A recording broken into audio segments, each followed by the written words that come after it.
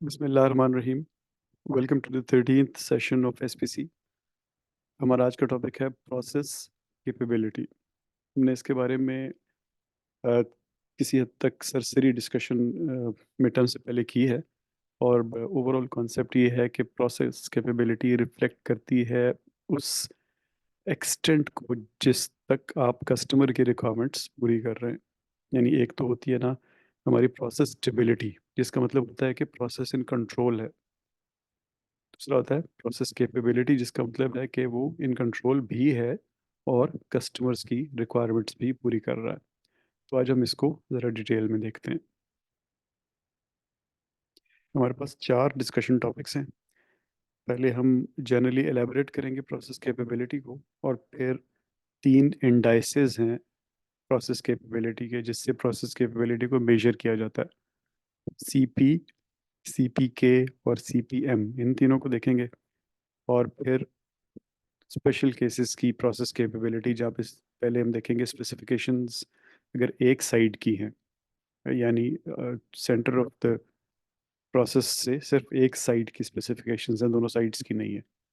दूसरा देखेंगे जहाँ पे नॉन नॉर्मल डिस्ट्रीब्यूशंस के लिए कैपेबिलिटी को कैलकुलेट करने के केसेस होंगे। और आखिर में देखेंगे जहाँ पे एट्रीब्यूट डेटा को प्रोसेस कैपेबिलिटी उसकी क्या होती है, देखते हैं।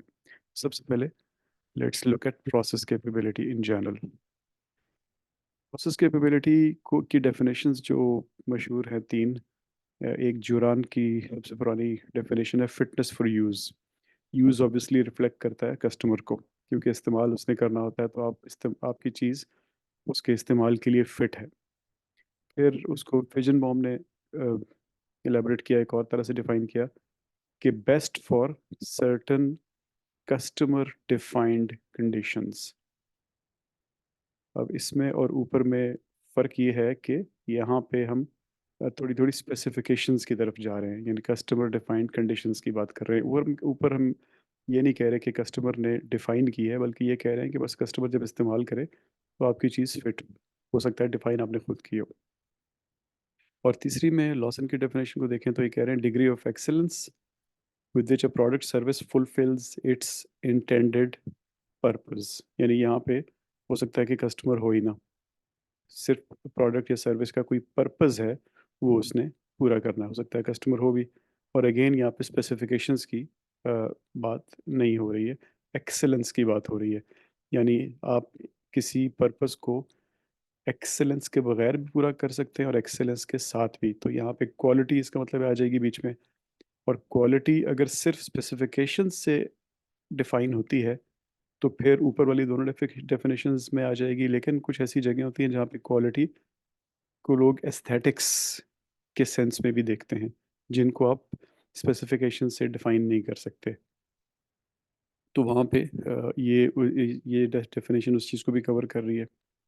अब नॉर्मली तो यही होता है कि कस्टमर्स की रिक्वायरमेंट्स जो है वो कस्टमर डिफाइन करते हैं, लेकिन बहुत से केसेस में आप यानी बनाने वाला कस्टमर को बताता है कि उसकी रिक्वायरमेंट क्या है। जैसे फॉर एग्जांपल यूएस एयरफोर्स है, उसने अगर 2032 में कोई जहाज़ बनाने हैं, तो जो नेवी एयरफोर्स जब जहाज़ बनाने वाली कंपनी को, लॉकहीड मार्टिन को या किसी और को ऑर्डर देगी, तो वो हर चीज़ की स्पेसिफिकेशन नहीं बताएगी कि उसको इंजन किस थ्रस्ट का या पावर का चाहिए, उसके एरोडायनामिक्स क्या होने चाहिए, बल्कि वो सिर्फ उनको बताएंगे कि हमें वर्टिकल टेक ऑफ चाहिए या रनवे पे टेक ऑफ चाहिए, और फिर हमें स्पीड कितनी चाहिए, हमें टर्निंग कितनी जल्दी चाहिए, हमें उसमें जो स्ट्राइक कैपेबिलिटीज़ हैं वो कितनी चाहिए। तो जब वो बड़ी बात बताएंगे, तो फिर जो एक्सपर्ट्स हैं लॉकहीड मार्टिन वगैरह, वो इसको स्पेसिफिकेशंस में कन्वर्ट करेंगे। और इनफैक्ट कभी कभी ये भी होता है कि बड़ी रिक्वायरमेंट भी कस्टमर ही को भी नहीं पता होती, वो भी आप उनको बताते हैं। जैसे मार्केटिंग में देखें क्या हो रहा होता है कि आपको पता भी नहीं होता कि एक पर्टिकुलर प्रोडक्ट आप खरीदना चाहते हैं या नहीं खरीदना चाहते, लेकिन आपके सामने उसका इश्तिहार चलता है। तब आपको समझ आती है कि हाँ, हमें ये तो मुझे चाहिए, ये शैम्पू अगर मैंने ना लिया तो बहुत बड़ा मसला हो जाएगा। तो वहाँ पे बनाने वाले ने ही आपको बताया कि आपकी एक रिक्वायरमेंट है, और फिर स्पेसिफिकेशंस भी उसने खुद ही डिफाइन की।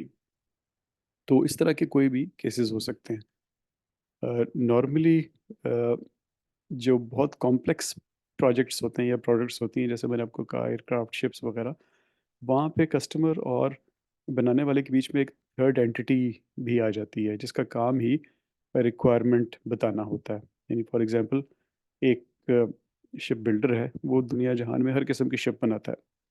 और एक शिपिंग कॉरपोरेशन है, पाकिस्तान शिपिंग कॉरपोरेशन, PNSC, उसको कुछ शिप्स चाहिए। अब बनाने वाले के पास हर चीज़ मौजूद है और हर कैपेबिलिटी मौजूद है। PNSC के पास एक वेग सी रिक्वायरमेंट मौजूद है। अब बनाने वाला भी चाहेगा कि कोई कोई थर्ड एंटिटी हो जो उनसे स्पेसिफिकेशंस लेके एग्जैक्ट, उनसे रिक्वायरमेंट्स लेके उनको एग्जैक्ट स्पेसिफिकेशंस में कन्वर्ट करे और हमें दे दे, ताकि हम सिर्फ बनाने वाला काम करें। तो बहुत कॉम्प्लेक्स प्रोजेक्ट्स के केस में एक स्पेसिफिक सर्विस प्रोवाइडर या प्रोजेक्ट मैनेजमेंट एंटिटी आ जाती है, जो कि ये काम करती है। लेकिन at the end of the day, इनमें से जो भी वेरिएशन आपके पास आए, कस्टमर का इंटरेस्ट इसी चीज़ में रहता है कि जो मुझे उम्मीद थी इस प्रोडक्ट से, वो उसने किया कि नहीं किया। अब मोस्ट ऑफ द केसेस में जहाँ पे बहुत स्ट्रिक्ट इंजीनियरिंग स्पेसिफिकेशंस हैं, टॉलरेंसेस हैं, वहाँ पे तो आप उनको उस टर्म्स में डिफाइन कर सकते हैं। लेकिन फॉर एग्जांपल, आपने गाड़ी खरीदी है, तो आपको बेशक आप बनाने वाला बताता रहे कि इसका टॉर्क कितना है, तो इसकी फ्यूल एवरेज इतनी है, वगैरह वगैरह, लेकिन वो गाड़ी आपको वो आउटपुट नहीं दे रही। फॉर एग्जांपल, आपने पहाड़ी इलाकों में जाना था, फॉर एग्जांपल आप जो है एक सर्टन पिक चाह रहे हैं उससे, यानी 0 से 80 तक जाने की एक सर्टन स्पीड चाह रहे हैं, वगैरह वगैरह। वो अगर आपको नहीं मिली, तो आपके लिए वो फिर आपकी स्पेसिफिकेशंस पे वो पूरा नहीं उतरी। कस्टमर बेसिकली यही सोच रहा था कि उसको वो मिले जो वो चाहता था। हो सकता है एसेंशियली वो स्पेसिफिकेशंस या टॉलरेंसेस की या मेजरमेंट्स की शक्ल में ना हो। अब प्रोसेस कैपेबिलिटी का आइडिया ये है कि आपने स्पेसिफिकेशंस को मीट करना है वाइल ऑपरेटिंग इन कंट्रोल। ये इम्पॉर्टेंट इसलिए है कि इन कंट्रोल होना काफ़ी नहीं है। ऐसे भी प्रोसेसेस हो सकते हैं जो इन कंट्रोल हों, लेकिन वो सही चीज़ बनाते ही ना हो, आपकी रिक्वायरमेंट के मुताबिक चीज़ बनाते ही ना हो।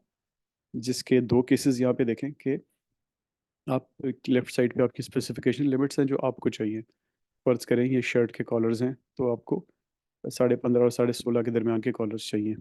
अब दूसरी तरफ प्रोसेस है जो कि इससे या ऊपर है या नीचे है, डिपेंडिंग कि आप लेफ्ट टू राइट देख रहे हैं, और वो 2 इंच छोटे बना रहा है या बड़े बना रहा है।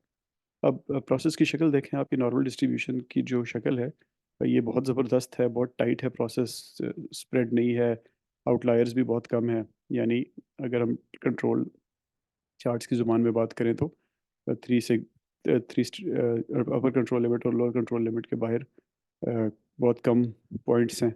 लेकिन कस्टमर की रिक्वायरमेंट कुछ और थी। तो बेसिकली यहाँ पे आपका सेंटर, आपके प्रोसेस का और कस्टमर का सेंटर वो एक नहीं है। इस दूसरे केस को देखें, तो यहाँ पे आप दोनों के सेंटर एक हैं। 16 का ही कॉलर चाहिए उसको भी, आप भी 16 का ही कॉलर बनाते हैं। लेकिन उसको 15.5 से 16.5 बना चाहिए, और आपका प्रोसेस जो है वो 10 से लेके 20 तक बना रहा है। तो बहुत थोड़ी सी प्रोडक्शन आपकी उसके काम की है, बाकी उसके काम की नहीं है, तो आपका प्रोसेस केपेबल नहीं है। तो अब किसी प्रोसेस को नेक्स्ट फिर काम ये करना है हमने कि देखना है कि कैपेबल कैसे बना सकते हैं। अब कैपेबल कैसे बना सकते हैं, इससे पहले आपको पता होना चाहिए कि देखें कैसे कि कैपेबल है या नहीं। तो 3 इंडाइसेस हम लोग इस्तेमाल करते हैं, जो कि कंट्रोल लिमिट्स को और कस्टमर के रिक्वायरमेंट्स को आपस में कंपेयर करते हैं। यानी प्रोसेस की परफॉर्मेंस को और प्रोसेस की स्पेसिफिकेशंस को आपस में कंपेयर करते हैं। और उन देर आर 3 ऑफ देम, थोड़ो तीनों में ये कुछ बुनियादी फ़र्क हैं जिनको हम डिस्कस करते हैं। लेकिन जो भी आप इंडाइस यूज़ करें, स्टेप यही होगा कि सबसे पहले आपने ये देखना है कि स्पेसिफिकेशंस जो हैं वो कस्टमर की रिक्वायरमेंट को रिफ्लेक्ट कर रही हैं कि नहीं कर रही। जैसे हमने पीछे डिस्कस किया कि कब कस्टमर की रिक्वायरमेंट कभी कभी एस्थेटिक होगी, कभी क्वालिटी के पॉइंट ऑफ व्यू से होगी, कभी किसी पर्टिकुलर परफॉर्मेंस के पॉइंट ऑफ व्यू से होगी। उसको आपने स्पेसिफिकेशंस में कन्वर्ट करना होगा या किसी और ने कन्वर्ट करना होगा। तो ये बहुत क्रिटिकल चीज़ होती है कि वो वाला स्टेप सबसे पहले और ठीक किया जाए, वरना आखिर में जो प्रोडक्ट बनेगी वो एक्सेप्टेबल नहीं होगी। सेकंड स्टेप ये है कि आप देखें आपका प्रोसेस इन कंट्रोल है। इन कंट्रोल यानी कि कंट्रोल चार्ट्स में जो भी आपने इंडिकेशंस रखी हैं आउट ऑफ कंट्रोल की, मे बी यूसीएल एलसीएल से बाहर के points, may be 8 points either side of central line, may be 8 points trending upwards या डाउनवर्ड्स, या जो भी आपने स्टैंडर्ड रखे हैं वो उनके मुताबिक आपका प्रोसेस इन कंट्रोल है। और उसके बाद फिर आप प्रोसेस की वेरिएशन को इस्तेमाल करेंगे ये देखने के लिए कि स्पेसिफिकेशंस और प्रोसेस परफॉर्मेंस में क्या फ़र्क है इन तीनों में से किसी भी इंडाइस को इस्तेमाल करके। जो प्रोसेस इन कंट्रोल नहीं होते हैं उनके लिए एडिशनल इंडाइसेस इस्तेमाल किए जाते हैं जिनको पीपी और पीपीके कहते हैं। पीछे हमने देखा था सीपी और सीपीके थे, ये पीपी और पीपीके हैं। ये दोनों एक, इनके फार्मूलाज बिल्कुल एक ही जैसे हैं। फ़र्क सिर्फ ये है कि स्टैंडर्ड डेविएशन जब आप सीपी या सीपीके में इस्तेमाल करते हैं तो वो विद इन स्टैंडर्ड डेविएशन होती है। विद इन का मतलब थोड़ी देर में हम देखते हैं। और पीपी और पीपीके में ओवरऑल स्टैंडर्ड डेविएशन होती है। विद इन और ओवरऑल में अब यहाँ पे आपको थोड़ा फ़र्क समझ आ जाना चाहिए कि जो इन कंट्रोल प्रोसेस होता है वो रिफ्लेक्ट प्रोसेस के स्प्रेड से ही हो रहा होता है। यानी आपको यूसीएल और एलसीएल के अंदर से ही पता चल जाता है कि आपका प्रोसेस कैसा बिहेव कर रहा है। लेकिन जो इन कंट्रोल है ही नहीं, कभी वो कहीं ऊपर निकल जाएगा, कभी नीचे निकल जाएगा, कभी ट्रेंडिंग कर रहा होगा। तो आपको फिर पूरा डेटा देखना होगा कि वो किधर जा रहा है। कंट्रोल लिमिट्स के कुछ छोड़ के भी पूरे का पूरा डेटा देखना होगा, उनको एज आउटलायर्स ट्रीट नहीं करना होगा। तो इन अदर वर्ड्स अ, आप विद इन जो स्टैंडर्ड डेविएशन है उसमें जो आपके सब ग्रुप्स हैं, फॉर एग्जांपल आपने छः छः सैंपल, एक सैंपल में छः छः पीस रखे हैं और उनका मीन ले रहे हैं। तो अगर आप सिर्फ मीन को इस्तेमाल करेंगे और उससे स्टैंडर्ड डेविएशन निकालेंगे तो उसको आप हम कहेंगे ओवरऑल स्टैंडर्ड डेविएशन। लेकिन अगर आप स्टैंडर्ड डेविएशन लेते हुए उन छः के अंदर का स्प्रेड भी देखेंगे कि उस छः के अंदर क्या हो रहा है, उसको कहेंगे हम विद इन स्टैंडर्ड डेविएशन। तो विद इन और ओवरऑल का फ़र्क ये हुआ कि विद इन में आप सब ग्रुप्स के अंदर भी देख रहे होते हैं और ओवरऑल में एवरेजेस देख रहे होते हैं।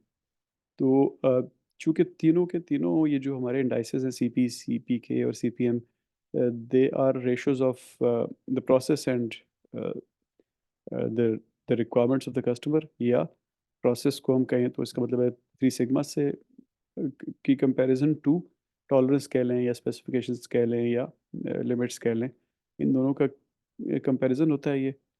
तो सिर्फ दो तरीके हैं जिससे आप इनको अपने इम्प्रूव कर सकते हैं सीपी के या सीपीएम को। एक तरीका ये है कि वेरिएशन कम कर लें। दूसरा तरीका ये है कि स्पेसिफिकेशंस को लिबरल कर लें, स्प्रेड आउट कर लें। यानी एक तरीका ये है कि आप अपना प्रोसेस ठीक कर लें, उसकी वेरिएशन कम करें। दूसरा तरीका ये है कि कोई ऐसा कस्टमर ढूंढें जो जो कि लो क्वालिटी की चीज़ें ख़रीद सकता है। तो अगर आप उस वो लो क्वालिटी उसने आपसे ख़रीद ली तो आपका सीपी ठीक हो गया क्योंकि आपने उसके रिक्वायरमेंट्स मीट कर ली। या आपने प्रोसेस ठीक कर लिया तो भी सीपी ठीक हो गया क्योंकि अब कस्टमर आपकी चीज़ ही अच्छी है तो सारे कस्टमर्स खरीदेंगे आपसे। जितनी ज़्यादा आपकी इंडेक्स की वैल्यू होगी सीपी, सीपीके या सीपीएम की, उतना ज़्यादा आपका प्रोसेस कैपेबल होगा। वैसे तो इंडस्ट्री डिफ़ाइन करती है कि सीपी कितना होता है, लेकिन जनरली 1.33 को समझा जाता है कि इससे कम नहीं होना चाहिए टू टू से कि हमारा प्रोसेस कैपेबल है। अब ये जो 1.3 है, दिस रेफर्स टू सिग्मा के टर्म्स में, ये सिक्स सिग्मा की टर्म्स में ये फोर सिग्मा को रेफर करता है। अब ये फोर सिग्मा क्या चीज़ है, ये हमारे कंट्रोल चार्ट्स की मैं बात नहीं कर रहा। ये जो सिक्स सिग्मा क्वालिटी प्रोग्राम्स होते हैं ना, ये उसकी बात हो रही है। और ये बेसिकली बता रहे होते हैं कि आपके 1 मिलियन अगर आप चीज़ें बनाएंगे तो उसमें से कितनी डिफेक्टिव डिफेक्टिव होंगी। अगर आप 3 सिग्मा पे काम कर रहे हैं तो आपका CP1 होगा और 2700 प्रोडक्ट्स पर मिलियन डिफेक्टिव बनेगी आपकी। अगर आप 4 सिग्मा पे काम कर रहे हैं तो 1.33 होगा और 63 प्रोडक्ट्स पर मिलियन डिफेक्टिव होंगी।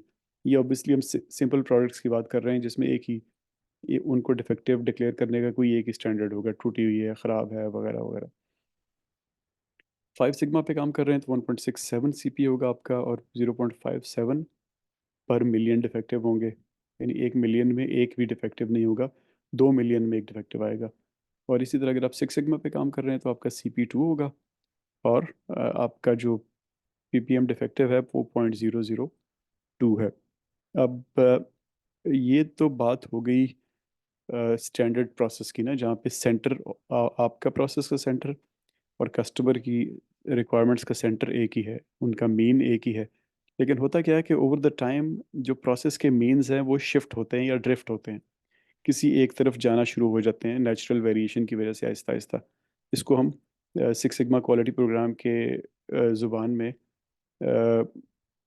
ड्रिफ्ट ड्रिफ्ट कहते हैं। तो आप ये साइड पे जो एक स्टार बना हुआ है, जो सिक्स सिग्मा के साथ जो स्टार बना हुआ है उसको एलेबरेट कर रहा है। ये six sigma quality programs allow the distribution mean to drift by plus minus 1.5 standard deviations. Six sigma quality without the drift equates 0.002 ppm defective। ये जो आपके सामने टेबल में सबसे नीचे लिखा हुआ है, ये विदाउट ड्रिफ्ट की बात हो रही है, यानी मीन आपका और स्पेसिफिकेशंस का मीन एक ही है, आपके प्रोसेस का और स्पेसिफिकेशंस का।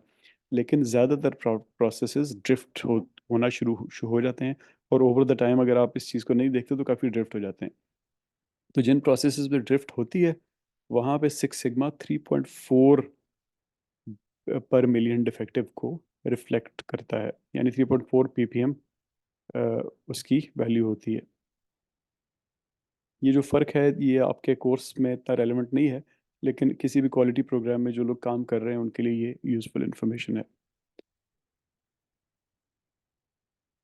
अब आपका जब प्रोसेस जो है वो सेंटर्ड है, यानी आपका मीन और स्पेसिफिकेशंस का मीन एक ही है, तो अब आप देखें आपके सामने जो तस्वीर बनी हुई है, इसको आप कैसे अपने सीपी को कैसे इम्प्रूव कर सकते हैं। एक तरीका तो ये है कि ये जो आपका कर्व है इसको ऐसा किया जाए कि ये इन दोनों के दरमियान आ जाए, पतला हो जाए, लंबा हो जाए और इन दोनों के दरमियान आ जाए। दूसरा तरीका ये है कि इन दोनों को स्प्रेड कर दिया जाए, LSL को यहाँ ले आएँ, USL को यहाँ ले आएँ, तो दोनों केसेस में आपका सीपी इम्प्रूव हो जाएगा।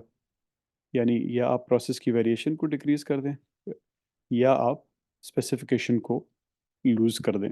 ऑब्वियसली लॉजिकल बात ही है कि आप प्रोसेस की वेरिएशन को डिक्रीज करें, लेकिन प्रोसेस के वेरिएशन को डिक्रीज करना जो है वो कॉस्टली प्रोग्राम होता है, प्रोसेस को इम्प्रूव करना पड़ता है। ऐसा हमने इसके बारे में काफ़ी डिस्कशन किए मिड टर्म से पहले।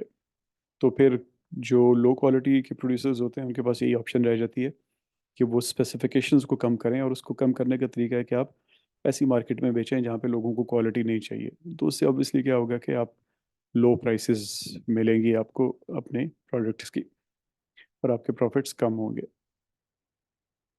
एक तीसरा तरीका है जहाँ पे आपके आपके सेंटर्स एक नहीं हैं, जैसे ही आप लेफ्ट साइड वाली तस्वीर को देखें तो प्रोसेस का सेंटर इधर है, और कस्टमर को जो स्पेसिफिकेशंस उसने आपको दी हैं वो उसका सेंटर इधर है।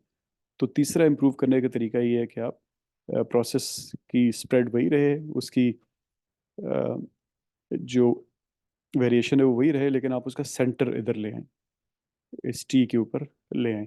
तो यानी इस तरह उसको बना दें तो ये भी आपका फिर आपका सीपी इम्प्रूव हो जाएगा। अब यहाँ पे एक एग्जांपल लिखी हुई है कि Y isn't CP1 good enough. यानी एक सवाल जहन में आता है ना कि 1.33 क्यों। अगर दोनों को कंपेयर करें, 1 है यानी बराबर हूँ, स्पेसिफिकेशन लिमिट भी वही है और कंट्रोल लिमिट्स भी वही हैं, तो इसका मतलब है सब चीज़ें ठीक होनी चाहिए। तो लेकिन ये ठीक क्यों नहीं है? ये ठीक इसलिए नहीं है, एक तो हमने पीछे बात की प्रोसेस ड्रिफ्ट की ना, कि थोड़ी देर में आपका प्रोसेस ड्रिफ्ट होगा और वो फिर 1 से आप ऑटोमेटिकली फॉल कर जाएंगे नेचुरल वेरिएशंस की वजह से।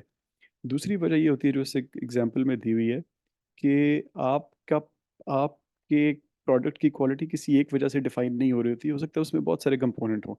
जैसे आपका पेन कस्टमर की स्पेसिफिकेशंस पे पूरा ना उतरे, सिर्फ ये वजह नहीं हो सकती कि वो लिखे ना, ये वजह भी हो सकती है कि उसका ढकना टूट जाए, ये वजह भी हो सकती है कि उसकी इंक जिस अ, नलकी में भरी है आपने वो लीक कर जाए, ये वजह भी हो सकती है कि उसके पीछे जो आपने क्लोजिंग नॉब लगाया हुआ है वो टूट जाए या वो गिर जाए। यानी कहने का मतलब है कि एक प्रोडक्ट में डिफेक्ट आने की मल्टीपल वजूहात हो सकती हैं।